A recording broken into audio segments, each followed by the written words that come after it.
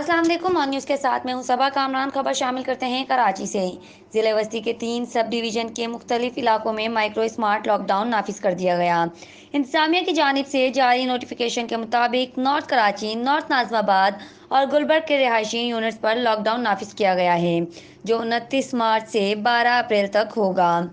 Notification के मुताबिक lockdown district health officer की जानिब से हॉट स्पॉट की निशानदही पर लगाया गया है और मुतासर इलाकों में आने और जाने वाले तमाम अफराद के लिए मास्क लाजमी करार दिया गया है।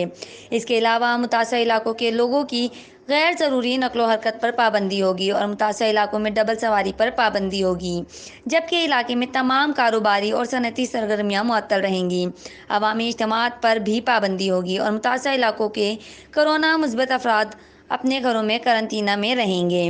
रिपोर्ट कर रहे हैं अवैस राना, ऑन न्यूज़ कराची।